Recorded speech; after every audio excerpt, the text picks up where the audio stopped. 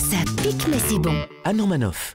Ben H, ce midi, vous avez une annonce importante à nous faire. Oui, chère Anne Romanoff, chers camarades chroniqueurs, cher public, vous devez vous demander pourquoi je vous ai réunis en congrès ce midi. Bah, c'est pas un congrès, c'est une émission et c'est moi qui vous ai fait venir. Hein. Très bien.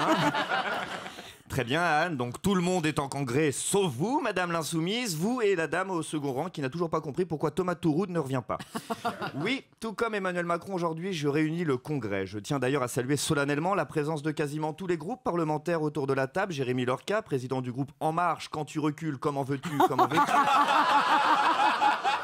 Léa Landau pour le groupe UMP, Union pour un monoeil pas cher, ou encore Jocelyn Lemoine du parti des chroniqueurs nommé Lemoine, célèbre parti fondé par Annie et Jean-Luc à la fin des années 90. Seule la France Insoumise est absente ce midi, la France Insoumise absente de tous les congrès finalement, des mecs rebelles qui sèchent et qui ne mettent pas de cravate, qu'on se le dise, c'est pas un profil d'insoumis, c'est un profil d'étudiant en échec scolaire. Dans ce congrès, j'exposerai à nos auditeurs le cap que je me fixe pour les 2 prochains mois. En effet, au terme de cette allocution, je m'envolerai pour le Festival d'Avignon, laissant orphelins vos auditeurs bienveillants qui en très peu de temps m'avaient affublé du doux surnom de « C'est qui parle ?» Alors, pour marquer le coup, je pensais dans un premier temps vous diffuser un best-of de mes meilleures vannes, best-of jugé beaucoup trop court par Anne Romanoff et la production. C'était pourtant, je le regrette, 4 secondes de qualité. Alors, non, je partirai comme je suis arrivé, Anne, avec humilité et sobriété. Et les cheveux sales. Merci, Léa. Oui, ce midi, je pars. Un ange parti trop tôt, titrera jean-marc-morandini.com. J'ai tant appris à vos côtés, Anne.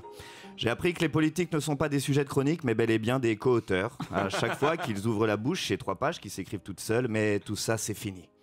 Je pars, alors que j'aperçois derrière la vie de François, le réalisateur de l'émission, qui est d'ores et déjà en larmes dans la régie, la régisseuse studio distribue des mouchoirs aux veuves sanglotantes dans le public. Un orphelin, quelque part dans le Larzac, perd la voix d'un réconfortant grand frère. Une manifestation de deuil est attendue place de la République ou Anne Romanoff chantera en duo avec Maître Gims, Big Bisou de Carlos pour remonter le moral des Français.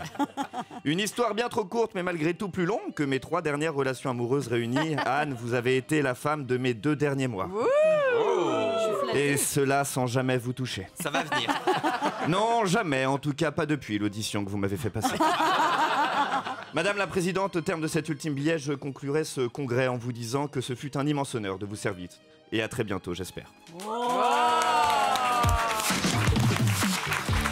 Merci Ben H, je dis votre nom, comme ça les gens vont le... Ouais, hein, il cherche du travail. Europe 1, ça pique mais c'est bon.